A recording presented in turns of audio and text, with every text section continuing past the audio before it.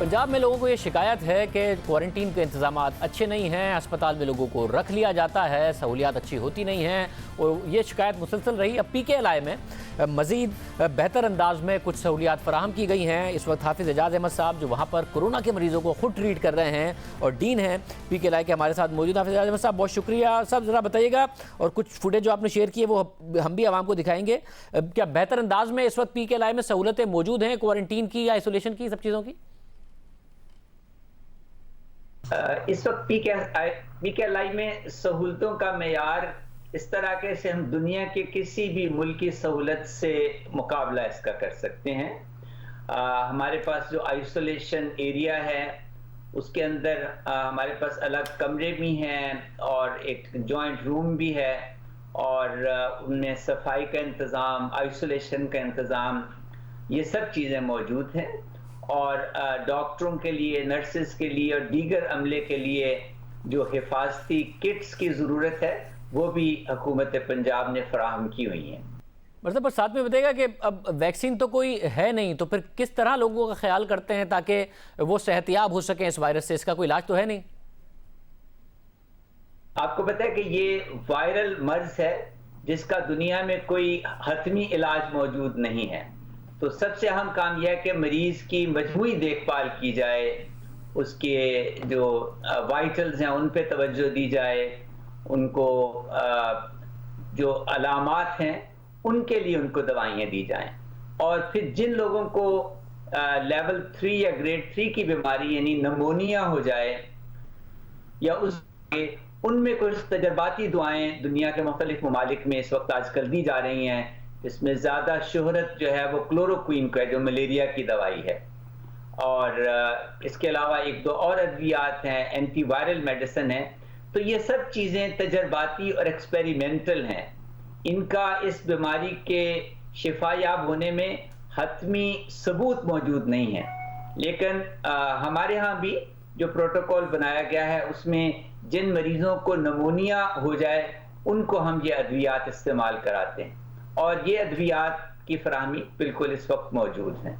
साथ ही बताइएगा, आपके पास जो मरीज हैं जिनका आप इलाज कर रहे हैं, क्या आप भी देख रहे हैं कि इस वक्त पाकिस्तान में जो रेशो है डेथ का वो कम है, जो कि एक बड़ी अच्छी बात है। ज़ाहिर हतमी तौर पर कुछ नहीं कहा जा सकता, मगर अभी तक ऐसा है, और अगर है तो उसकी आप क्या वजह समझ पाएं?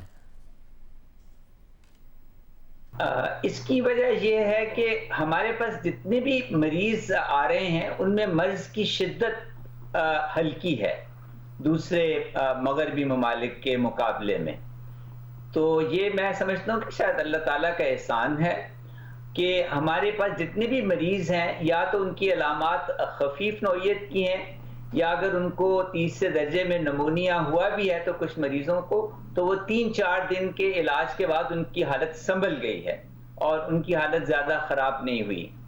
यानी लाहौर में मैं कह सकता हूँ कि मेरे इल्म के मुताबिक कोई मरीज अभी वेंटिलेटर पे नहीं गया जो प्रूवन कोरोना का मरीज हो। इसके बारे में मुख्तलिफ दुनिया के माहिरीन जो हैं उन्होंने इसको नोट किया है कि अफ्रीका में भी ये कम शिद्दत की बीमारी है। तो शायद हमारे यहाँ ये ख्याल है कि चूंकि मलेरिया एंडेमिक है उसकी वजह से मुज़ाहमत लोगों में ज़्यादा है और उसके ताल्लुक की बिना पर इस वायरस के असरात भी निस्बतन कम शिद्दत के हैं।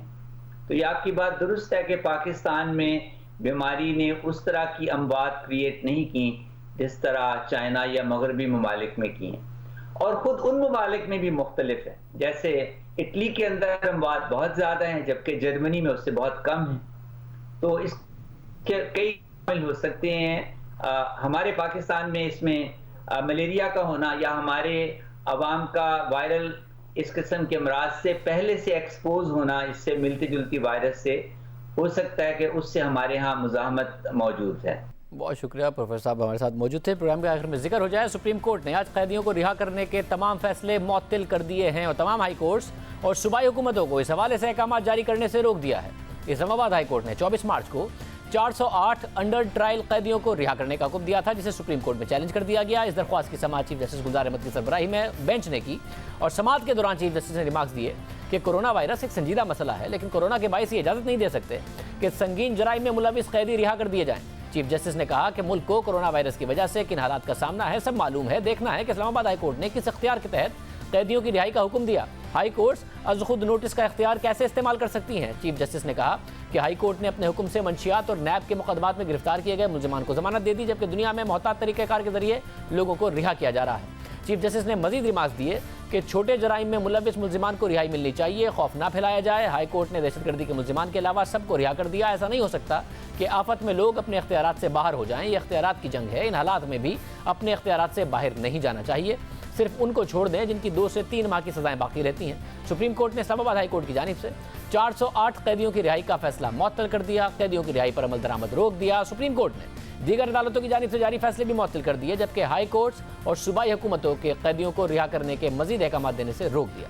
अदालत ने केस की समाअत बुध तक मुलतवी कर दी है। मगर सिर्फ पाकिस्तान में ही नहीं, कोरोना वायरस सामने आने के बाद दुनिया के कई ममालिक में जेलों से कैदियों को रिहा कर रहे हैं। इनमें अमरीका, बरतानिया, कनाडा समेत पाकिस्तान के पड़ोसी ममालिक ईरान और भारत भी शामिल हैं।